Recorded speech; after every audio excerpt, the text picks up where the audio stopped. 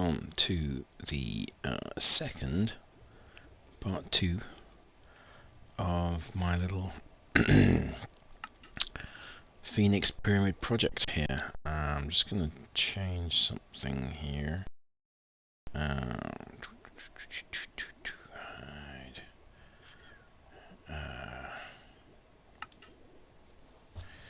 Yep, and I think we'll have just that for now as well. Yeah. So yeah, so I've been doing a little bit of work on this build, and I thought we'd take a look. So we're approaching one side. Now I know this is the best side to approach because it's the only one that I've truth be known, it's the emerald, as you'll see in a minute. This is the only one that's complete in terms of the block work on the face. Now this stuff, these sea lanterns, just completely do your eyes in. I hope everyone's well. It's all good, I guess, in the land of me, sort of. There's been some cool stuff happening recently.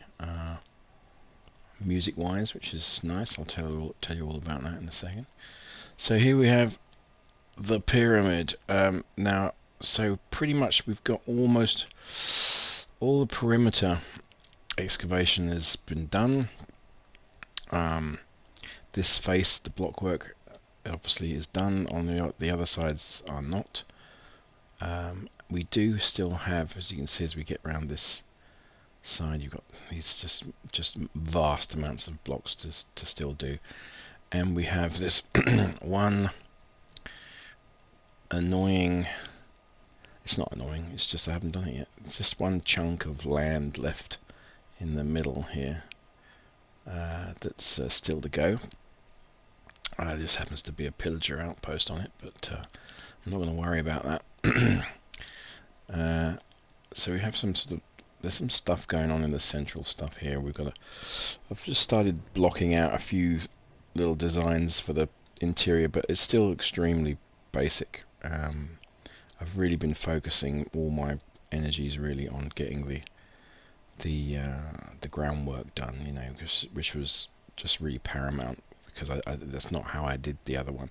The other pyramid was the one that got lost was, you know, because it was started a different way, it wasn't conceived the same way. It just made life difficult, and much more work for me in the end, ultimately. So this one has been sort of much plainer sailing in terms of I know what I wanted to do just right off the bat. So what we've discovered with this one though, we've got everything's all joined up now, all the corners. So the build is sort of on its way. If my internet would load it in nicely, come on.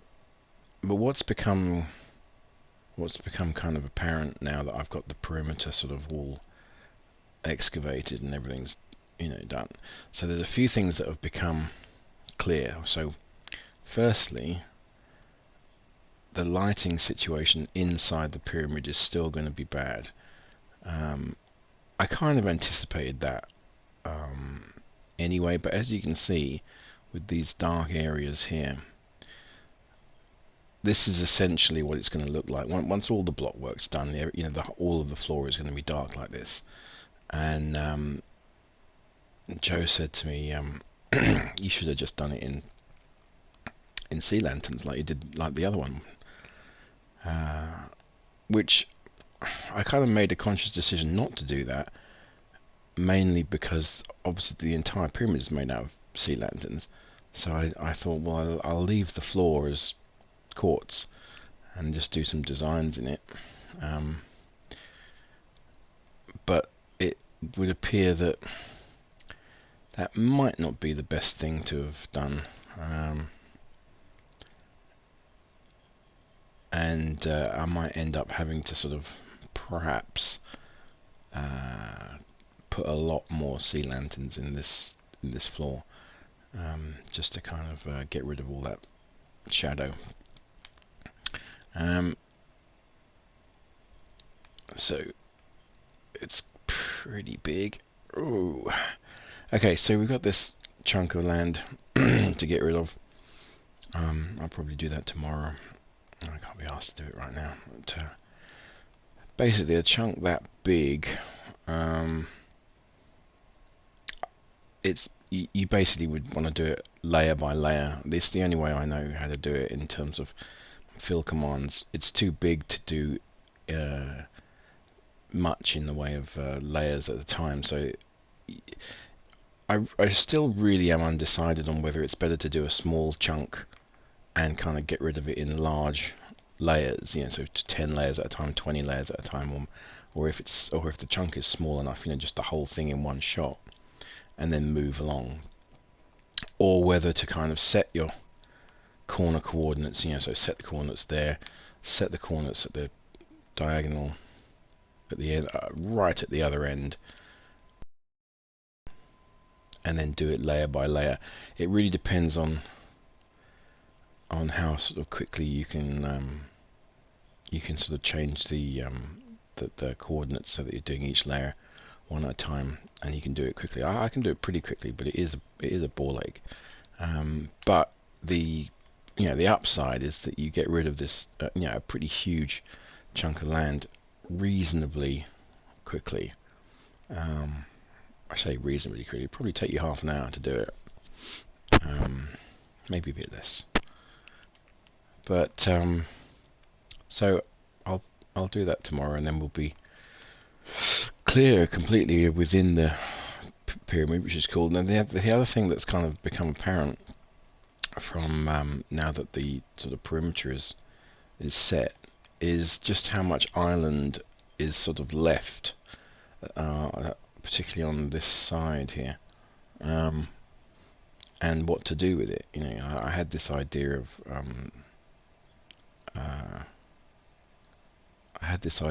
of this notion of the whole build being completely surrounded on all sides by sea, and just like it is on these edges, on this front edge, and just get rid of all that,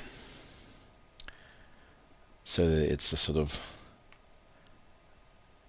I don't know, I just figured that would look pretty cool without just getting rid of all that kind of land, and I probably will do that, but it's it is quite a bit of work, because there's more of it left than I sort of thought in terms of when I first started thinking about that. Now, just this little number here down in the floor, by the way, is the it's just the number of blocks. It's how long the pyramid is on the side. 511 blocks. So from here to the other end is that's all. I just thought I'd mark it in the actual build itself.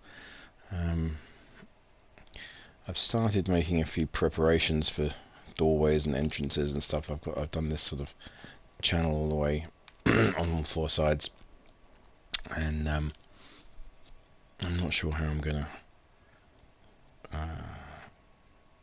advance that yet, but that's where we are. So it's coming along pretty quick compared to the other one. It certainly has reached this sort of stage long before the other one did, but then I did a lot more work inside on the other one. This is really so minimal. Like I say, we've got this little sort of bit of chunky stuff down there.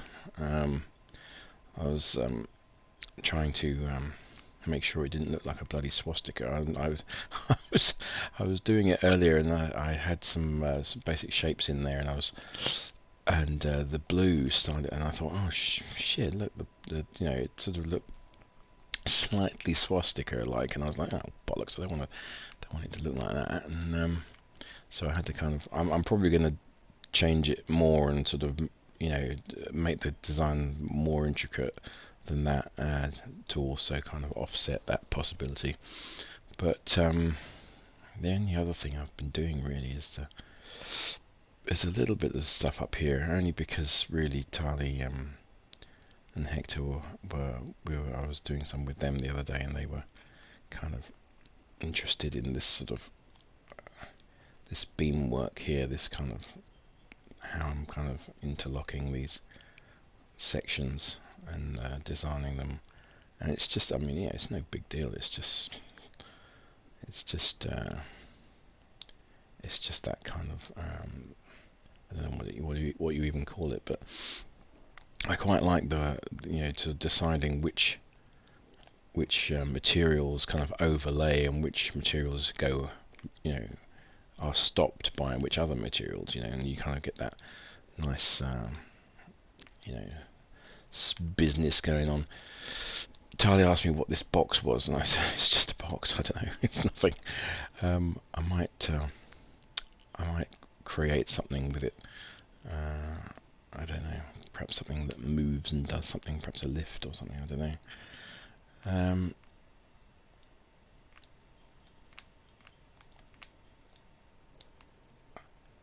So here we are, out the end.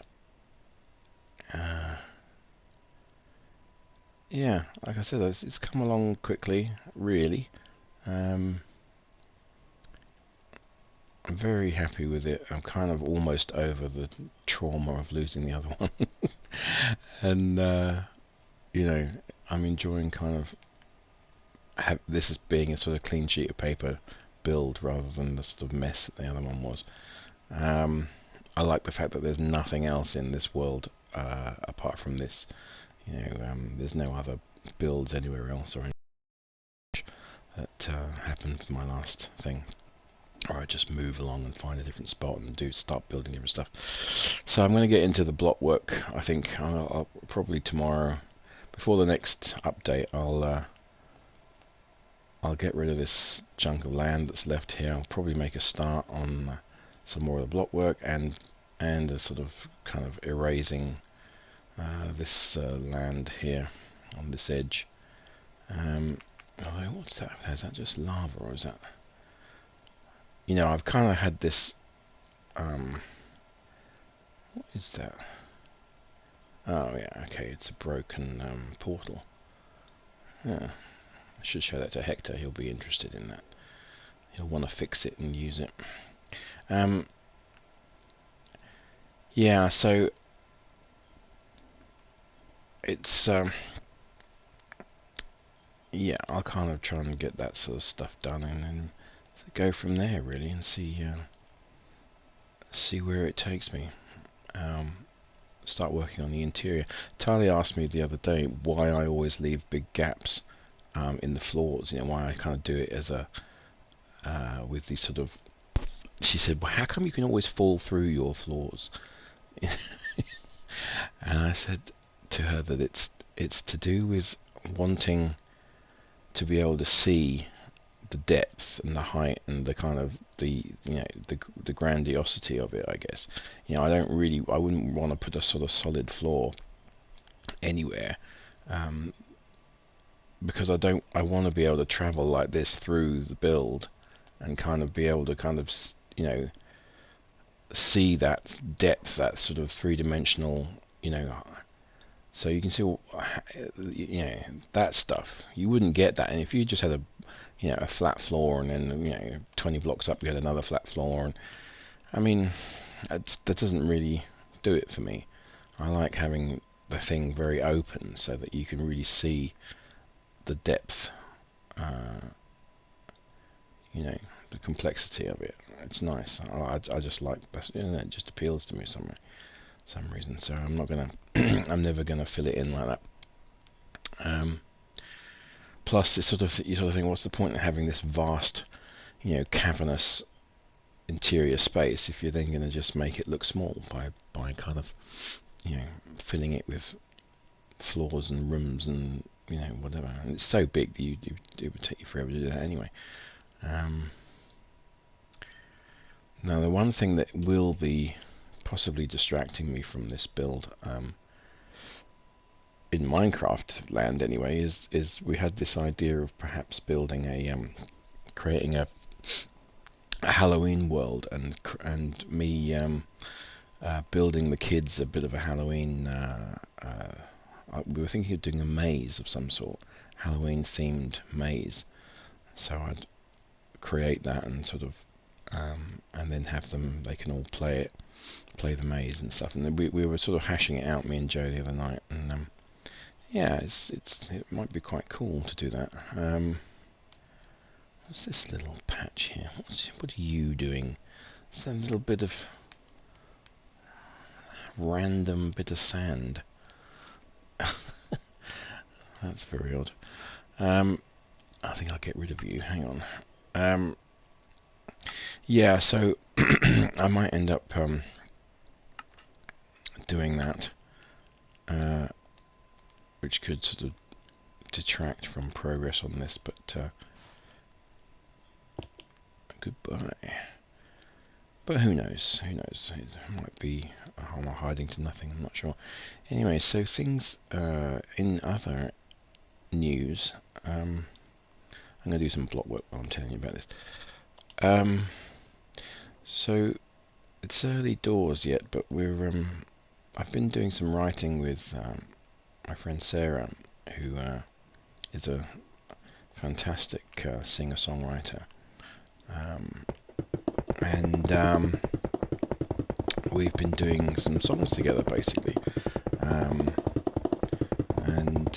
it's been it's always lovely working with Sarah, but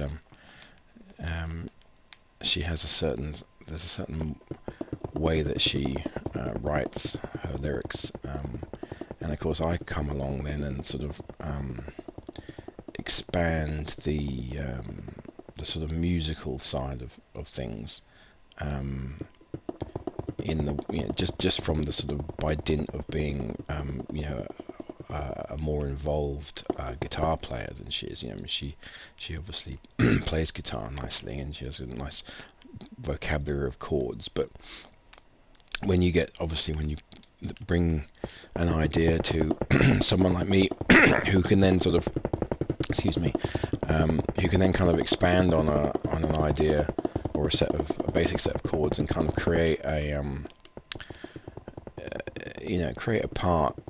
guitar part that is sort of sonically more interesting than Strummy Strum.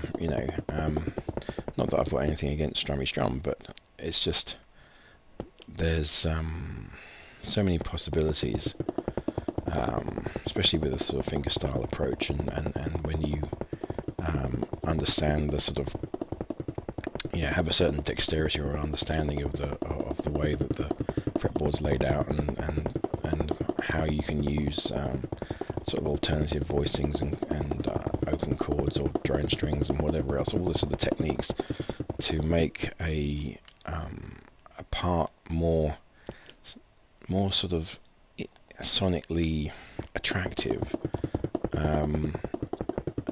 while still being an accompaniment to a song. This is the discipline that I've kind of find myself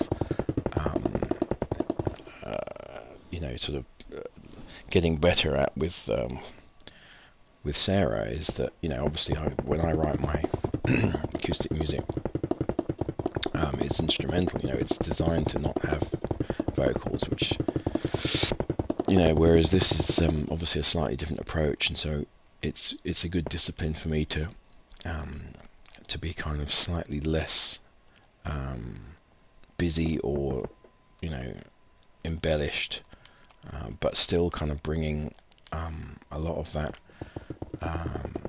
more complex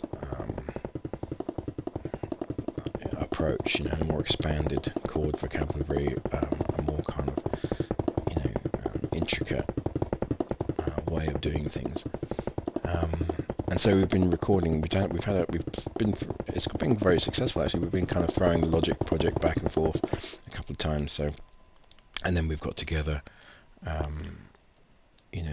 twice, 2 or 3 times, for sessions together where we, which has been really nice.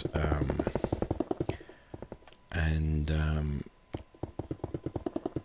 so far it's been a really pleasant experience with, especially with the concept that we're sort of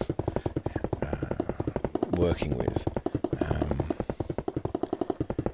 and it's just really lovely. It's just nice to be doing something creative like that, amidst all this sort of essential negativity of, you know, the situation right now with music, entertainment and live playing and all the rest of it. You know, it's all gone so terribly pear-shaped, and so this is a little light in that darkness for me, anyway. And Sarah is, she was saying to me, you know, you got to get out and you got to get out and busk and play, you know, on the street, and you know, people will love it, and you know. And I've always been incredibly resistant to busking. I'm not someone who has ever really wanted to do that. I love playing live and I love kind of performing, but I've never really been much of a. I've just never wanted to sort of sit there on the street and, you know, play and have people chuck money at me, you know, or not, as the case may be. I don't know, it's just never appealed, you know. But of course, it's like, you know, it is the time right now with, you know, with 70, however many, 75 or whatever it is, gigs this year completely cancelled, you know. And what's happening in my other areas of my life, my job, and all the sort of things like that, and it's all there's a lot of doom and gloom about at the moment, and so Sarah convinced me to go and busk, and so I did. I went to Bury St Edmunds, which is a small, nice little town. For me, I didn't want to busk in my hometown, Sudbury. I just don't want to do that.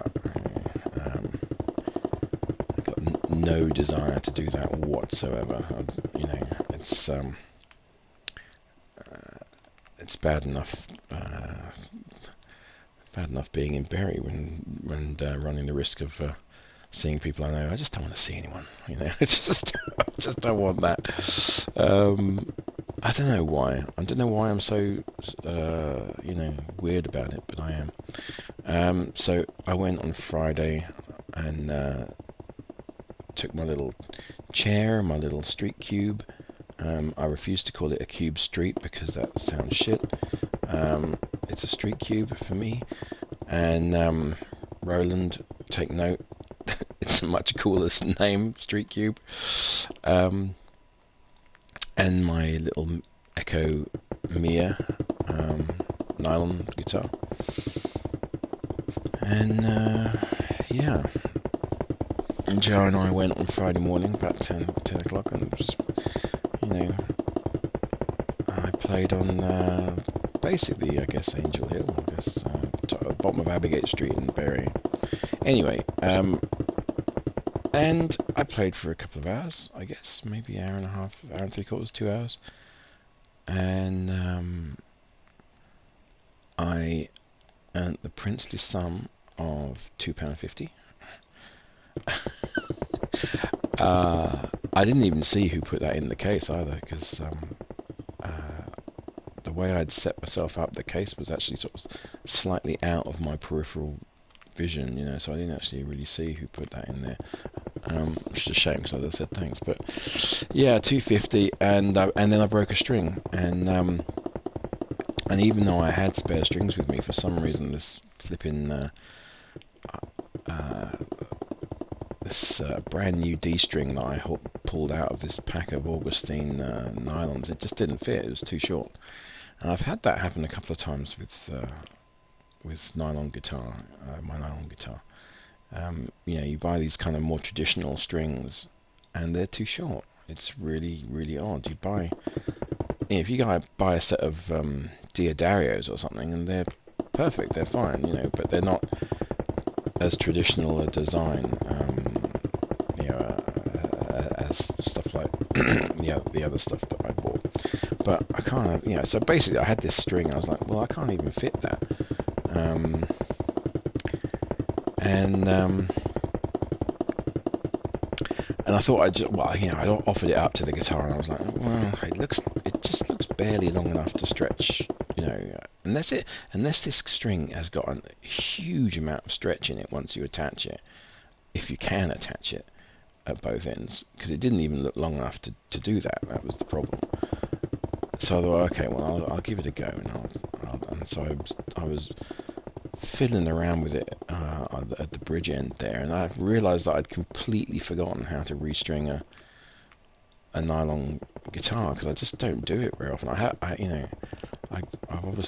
grew up with you know, with steel strung acoustics and electrics. You know, I didn't have a nylon guitar until maybe, I don't know how many years. It was quite a long time ago now, I guess, but 6 years ago, maybe something like that. But I just haven't restrung them that often, you know, and haven't had reason to, you know, the strings last a long time, and I don't know, I just haven't, so I haven't committed it to memory on how you know, like I have with steel strungs and electrics, and so I was sitting there in Bury St Edmunds on the street there, and I was just fiddling around with the string, thinking, yeah, I've just totally forgotten what the correct way to attach this at the bottom there is,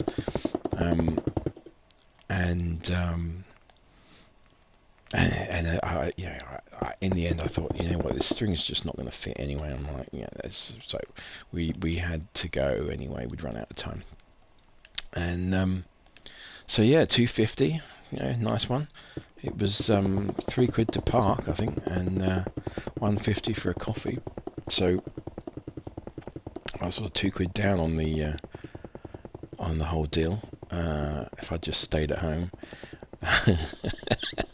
But the weird thing was that just as I broke that string, and just as I was having to leave, it was starting to get quite a lot more busy. You know, lots more people milling around. And I think if I had stayed longer, it would have been a more successful result. It's always tricky, I guess, you know. I think I seem to assume that most people, when they hear a busker,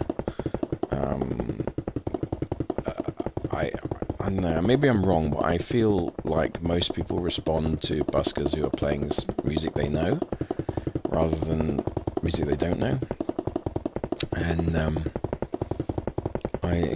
I feel sometimes that I'm kind of possibly putting myself at a disadvantage by just playing my own compositions or noodling around or whatever I'm doing. And in terms of sort of playing tunes that people will recognise, you know, there's something about that I find kind of not that attractive either. So I don't know, maybe I'm just not the right kind of person. Weirdly, it's the same kind of thing. I guess it's the same kind of thing as this. I posted a video on Instagram and Facebook of me playing the tapping part of Eddie Van Halen's Eruption. Sadly, Eddie died this week, a couple of days ago, and so the tributes and the kind of stuff pouring out of, you know, on social media for him has been incredible. In fact, I haven't seen anything like that really since I don't know. I mean, it seems like, I don't know whether it's a subjective viewpoint to a degree, maybe because I know a lot of guitarists, and I'm plugged into a lot of guitar orientated social media stuff, whether it be groups or whatever. But I haven't seen, I don't think I saw quite so much and quite so many people sort of moved to do something on their own social media channels, whether it's YouTube or Facebook or Instagram or Twitter. I don't think even when Bowie or Prince went, it didn't seem as intense as it has been with Eddie.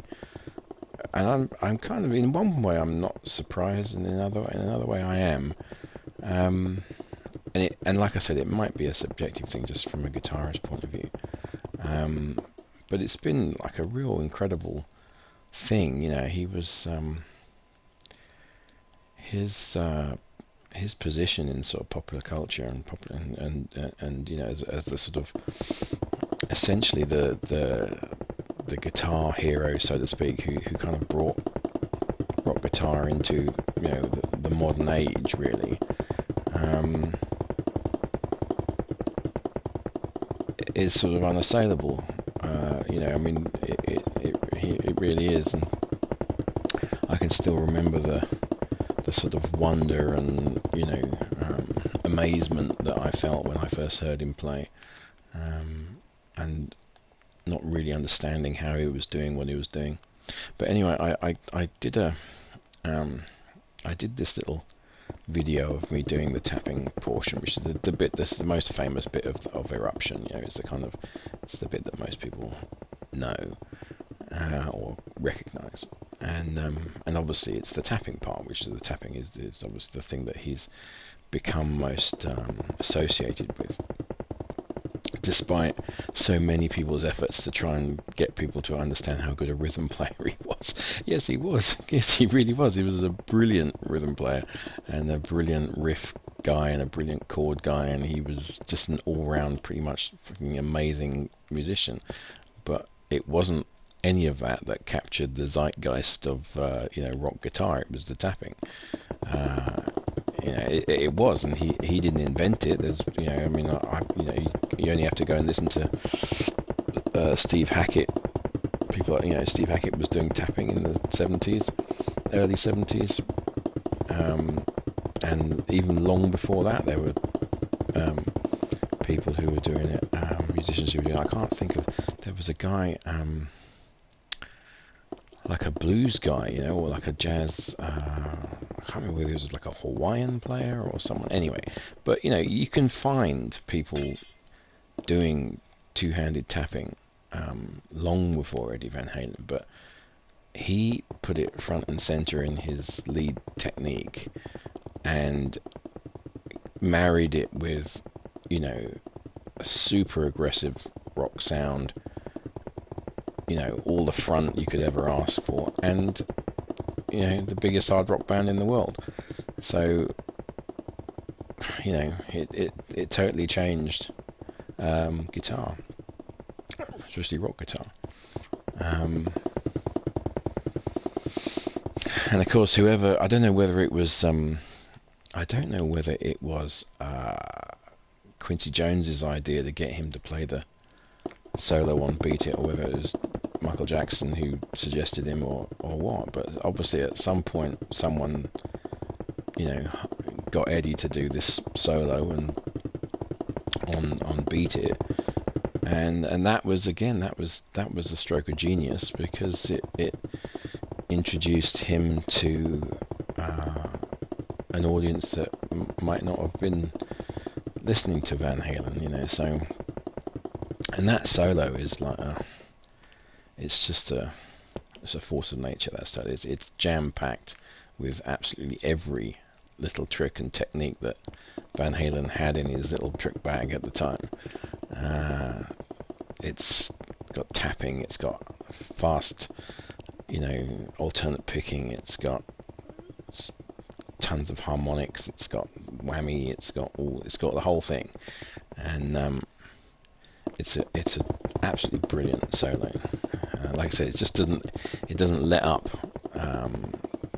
There's no fat in that solo at all. It's absolutely, golden from beginning to end, and it's just testament to his sort of his ability to, I guess, rise to the occasion. It only happened that once, as far as I know, and obviously Jackson used other guitarists quite a lot in his throughout the 80s and 90s. It seems to be a staple part of. After that point, it was a staple part of his, his sort of ingredients, in terms of the stuff he did. So whether it was, Slash or,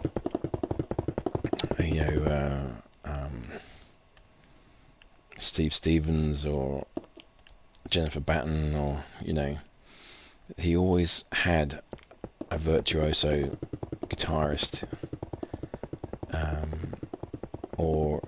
I don't really. I wouldn't really describe Slash as a virtuoso, but you know what I mean. He kind of employed that sort of rock edge quite a lot, and I think the Van Halen association was what started that. I could be wrong. Correct me if I'm wrong, but I can't think of anything. I'm not sure there was anything on Off the Wall. Maybe the Jacksons had stuff. Maybe that the. I can't think. Like I said, I can't really think of anything that fits the bill. But anyway, yeah. So I did the little video, and I did preface the thing with I don't usually do this sort of thing, and this is where I was going with that. In that I don't do a lot of guitar videos really, considering I could be peppering my Instagram sort of daily with stuff like that, but I don't, and I really don't play kind of that much sort of stuff that isn't my stuff, so to speak. So I've done a few this year. I've done a couple. So they've done the Eruption thing, and earlier in the year I did do a couple of Queen. I did a couple of the two solos from Bohemian Rhapsody. But that was only because I had to learn them for these live performances that I was doing with the choir and with the Andy Brush Quintet. And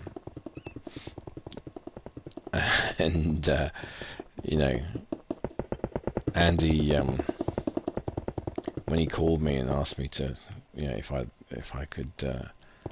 I'd like to play in the quintet, and he said to me, he said to me, you know Bohemian Rhapsody, don't you? And I was like, I said, well, I know the song like the back of my hand, but I've never learnt the guitar parts. I've never. Again, I'm not that kind of player usually. I learn songs that I have to learn if I've got a gig that requires that I learn them. But I've never really been a repertoire kind of guy in terms of just having, just always learning all the songs that I like. I used to do that a lot more when I was younger, and which is probably why I know a lot of Floyd and a lot of Beatles and things like that. But it's not really been a massive part of what I do, certainly in the last sort of 20 years or so. And so, no, I didn't know Bohemian Rhapsody, and no, I didn't know, Starman or Stairway to Heaven. I mean, everyone can play Stairway to Heaven a bit, but in terms of the solos and just the kind of getting more granular with it and actually playing it properly, no, I'd never done that, and so it was an opportunity for me to actually kind of do a bit more of that, and so I figured that while those things were under my fingers and sort of front and center, I'd do a little recording and stick it out. But it's not really my cup of tea to do that a lot. and I kind of get why a lot of other people do that. A lot of guitar players do that. But this is the thing that drives me crazy about social media is just the plethora of people doing that stuff. So I feel slightly just allergic to joining the rank and file of yet another guitar player twiddling away on his Instagram channel. I don't know. I don't feel like I want to do that much. And so doing the Eddie thing was kind of a different thing. I thought, well, I might as well do it. And I'm not saying that I did it that particularly brilliantly. I think I did it okay. I do it okay, but tapping's not really my area either. I've never been particularly into it. It was one of those techniques, like, again, because of Eddie Van Halen's influence, and because the 80s, when I was growing up and first starting to play guitar in the 80s, his influence on rock guitar had already been established, and it was the norm by then for most kind of virtuoso guitar type guys in rock anyway, to incorporate those techniques, the tapping in particular. So the likes of Steve Vai, less so with Satriani. I think Satriani has a more that's again, it's not. I don't think it's a huge part of his. No doubt he does it, but he can do it. But Vai definitely, and because I guess because of the association with Roth, he, those techniques were explored, and they became a part of Vai's,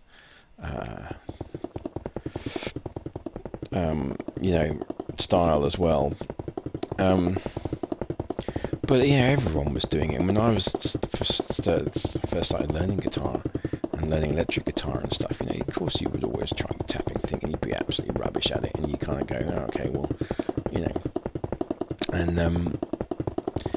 and I think with at a certain point, you kind of get the feel for it, and you understand the sort of dynamics of how it works, and how to kind of keep the rhythm flowing sort of smoothly, and kind of so you can get that kind of fast rate of notes, but get it in a sort of slick way so that it's not too bumpy.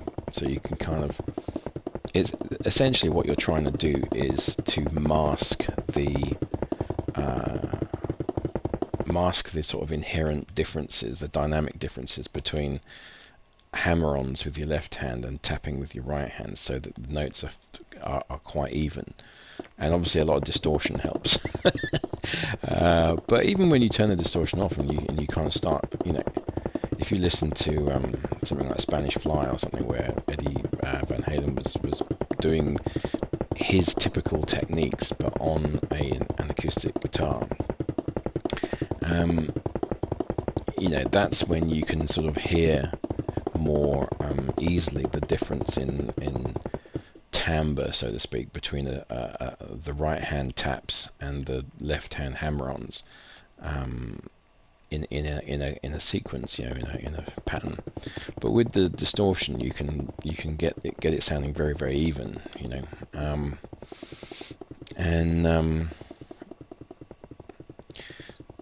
the one thing I noticed about, with all of kind of many people doing Eruption, which there was quite a few in the first day or two after he died,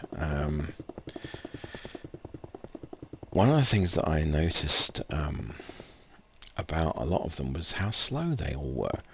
A lot of them had, I don't know whether they'd maybe forgotten how fast the original was, or maybe they possibly they even couldn't do it that fast, or what. But there was a lot of them that I was just thinking, but that sounds cool, and it's even, and it's good, you know, they played it really well, blah blah blah, but it seems slow to me. And I kind of run the original track and reminded myself of like how fast he was playing it on that. It's really fast.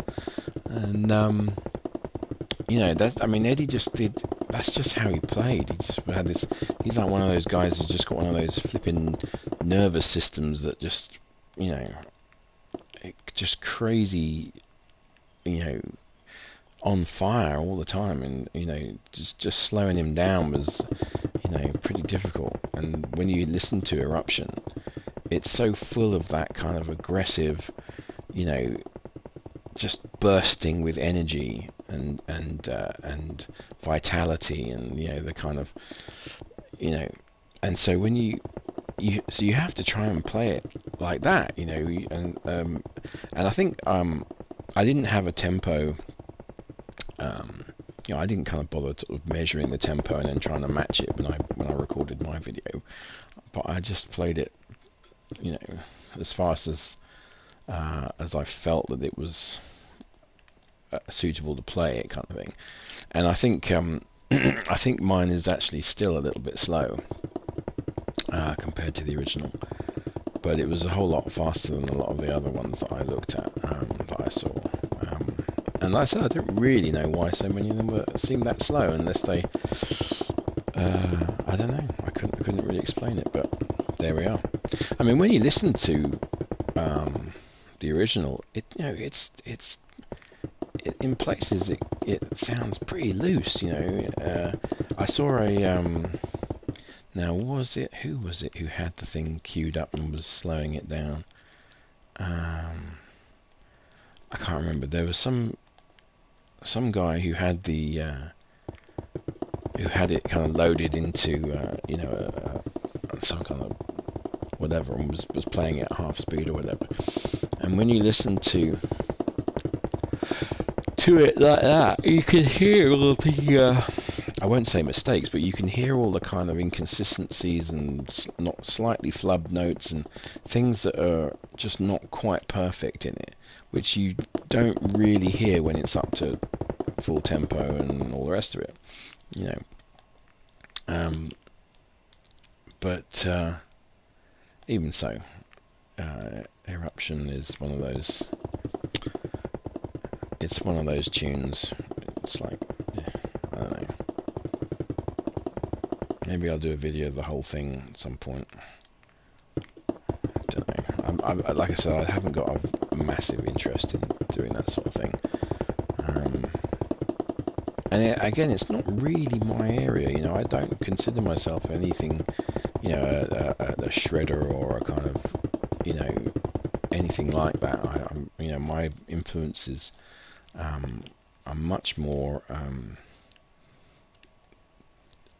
pedestrian, you know, or sedate than that, really. You know, I mean, I love players fast playing, and I love kind of all that stuff, but I love, you know, fusion players, jazz players. I love the facility of being able to play fast and all the rest of it. You know, I do love all that, but I think what I'm drawn to, what I've always been drawn to, more than anything else, is the kind of melodic sort of beauty of players who really choose their notes very well, you know. And, you know, maybe there's been a few guys and girls who are able to combine that, those two things, you know.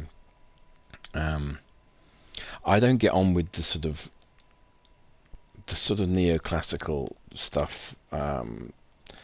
You know, Jason Becker, Yngwie.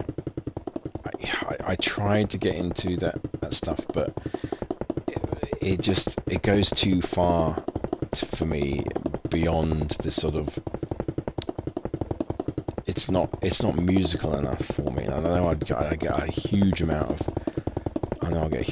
criticism for saying that, but for me, it doesn't satisfy my the music side of things. It only really satisfies the kind of wow, look at that guy shred. Look at that guy play these things so quickly and up and down the fretboard, and these amazing, um,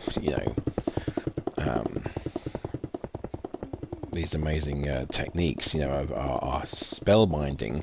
But I think they can be overdone, and you just start to sort of become anesthetized to it in a way, and it's not all of a sudden it's just not holding your interest anymore, and that's kind of what happened to me with people like Yngwie and Jason Becker, bless his heart. I mean, Jason Becker, what a stunning talent. What an amazing player. What facility that he had.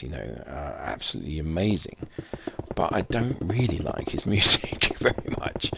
It just doesn't really do it for me. Whereas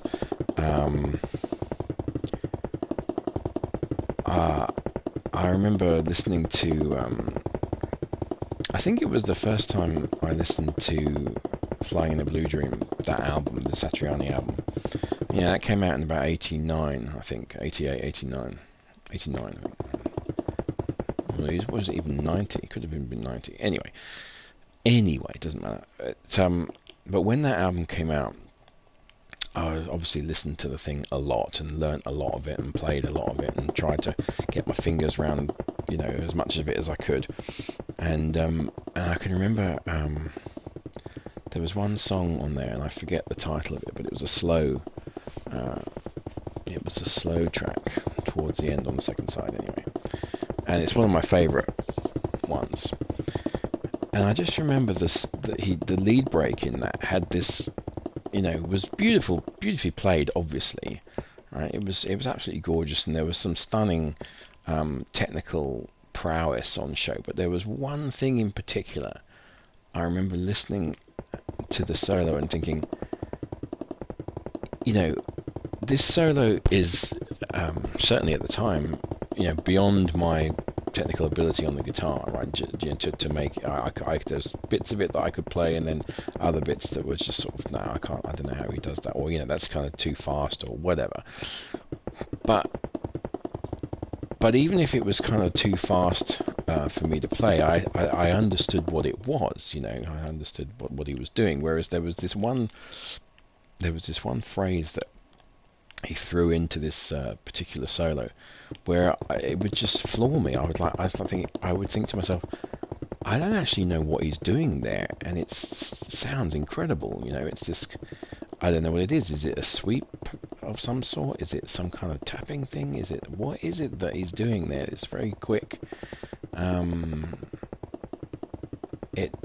It blew my mind, and it was what I liked about it, and really, because it was a mind-blowing technique in amongst a very melodic and not always mind-blowing solo.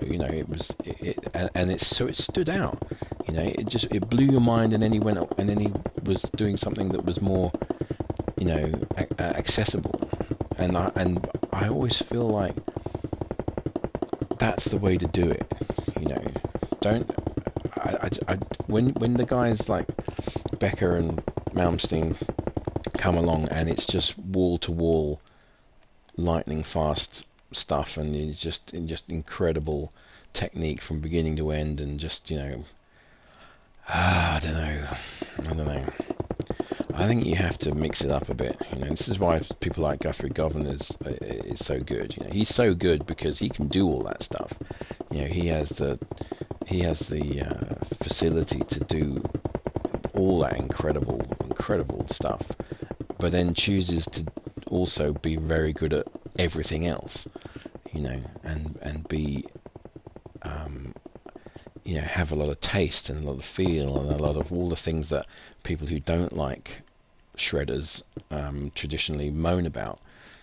Now I don't dislike shredders. I do like these guys. I'm a big Paul Gilbert fan back in the day. I still love him now. I think he's a great character. I love his stuff. I don't listen to his music that much, I have to say. But I like him, and as he's got older, he's kind of got more. You know, he's sort of realised that there's more to life than just the shredding. You know, yeah, there's more to guitar than just that. But I love how he plays. I mean, he plays with such verve and passion. You know, you can see it in his face, and you can see it in the way he moves, and you know, it's lovely to watch him play because he gets into it. Even when he's doing some interview with bloody, you know, Captain Anderton, you know, he gets into whatever he's doing. He always puts you know, he puts his heart into it, and I love that about him. But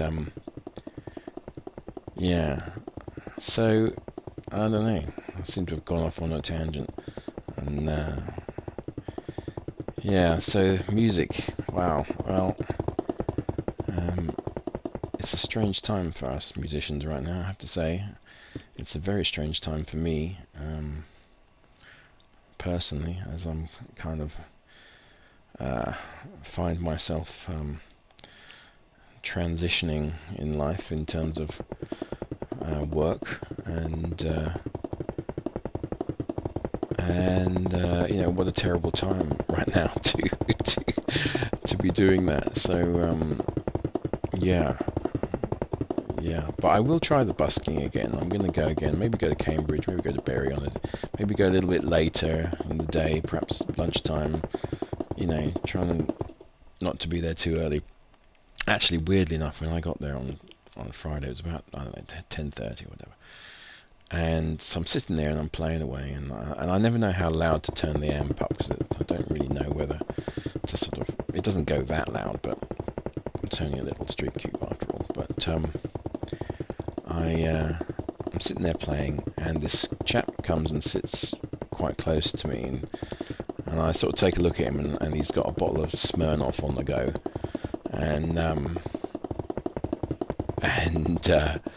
you know, looks a little bit worse for wear, and this, you know, it's 10:30 in the morning. I'm like, okay, and he's sort of, I noticed that he's listening to me, right, and at some point when I sort of stop playing, finish a piece and take a short, you know, pause, he says to me, "Oh, it's a lovely guitar, that." And I was like, "Oh, thanks very much, man." And it's like, you know, he goes, "Yeah, sounds lovely," like that. And I was like, "Oh, well, yeah, thank you, cheers." You know, I never know what to say to people at all. You know, I'm really crap at fielding compliments and stuff like that. And as I was playing, like a few more of his mates sort of turned up, you know, and they all looked a little bit sort of, you know, like they hadn't been to bed, if you see what I mean, and they sort of started congregating. You know, then there was two of them, then there was three, then there was four, and then five, and but every time a new person turned up, you know, the first guy would go, "Oh, listen to that guitar, listen to that guitar, it's a lovely guitar," and he you know, and they were there for about, I don't know, maybe half an hour, you know, a bit longer, and yeah, it's really nice. It was really nice. He was, you know, glad he liked it. You know, I got quite a few compliments and stuff, but I don't know, it just, then I broke a string, and you know, blah blah blah, rest is history. So I will go back, I'll try it again, and you know, I will persevere and see if I can get a good result in terms of not just the you know, the kind of having a good time with people, enjoying what you're doing, but you know, maybe making a few quid as well. You know, I'm not expecting to, you know, to do anything major, but you know, why not? And in the meantime, Sarah and I will be continuing to produce the Riverbeds project album, which is what it's called. and I imagine that we should have the whole thing done by spring, but if not a little sooner, don't know. It depends on how much time we can afford to dedicate to it. But certainly at the moment, it's sounding beautiful. The first track has come together. We've got about 5 or 6 songs, and we've started recording and producing the first one. It's called Into the Deep, and it's just lovely. In fact, when I stop this broadcast, I'm going to have a little listen to the work in progress mix and have a little chill, because we've created a very immersive sound. It's really beautiful. So I can't wait to let people hear it, but obviously it's all kind of under wraps at the moment. But there we are. So I shall probably love you and leave you, and it's been nice chatting. Well, not chatting, just whatever this is, and I'll do another one of these in a little while, and a few days, a week or so, and see where we've got to by then. I'm quite pleased that I've sat here yabbering away and done a fair little bit of blocky work. Nice. And yeah, there we are. The Phoenix Pyramid is coming together. I really love it. I'm glad Tali took the initiative and created it for me. And what a lovely little girl she is. And so until next time, I will say adieu. Goodbye. Oh, and obviously, if you get all the way to the end of this video, you might as well hit the like button, you might as well subscribe, and you might as well hit the bell. Why not? Why not? I shall endeavour to be a better YouTuber if I can, manage to get a few more people watching these things. So, yes, come on. Yeah, so I can get rid of these little islands and stuff. Anyway, goodbye, good night, sleep well.